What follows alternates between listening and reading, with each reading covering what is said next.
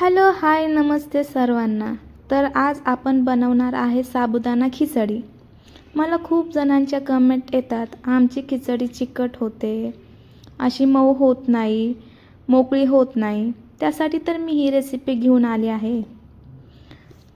पहिले शेंगदाणे छान लालसर भाजून घ्या आणि ग्राइंड करताना जरा जाडसर शेंगदाणे ठेवा. मग कढईमध्ये तेल ओतून छान बारीक कापलेले बटाटे स्वच्छ धुवून फ्राय करा आणि सोबत कापलेल्या मिरच्या टाकून स्लो फ्लेमवरती 5 मिनिटं झाकून ठेवा. त्याच्यानंतर कढईत साबुदाणा आणि मीठ टाकून खिचडी छान परतून घ्या.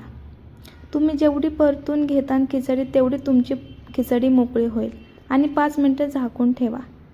त्यानंतर त्याच्यामध्ये शेंगदाण्याचा कूट घाला आणि परत छान परतून घ्या. तुम्ही पाहू शकता खिचडी किती छान आणि मोकळी झाली आहे. अशीच खिचडी मोकळी आणि छान होण्यासाठी मला फॉलो करा. थँक्यू.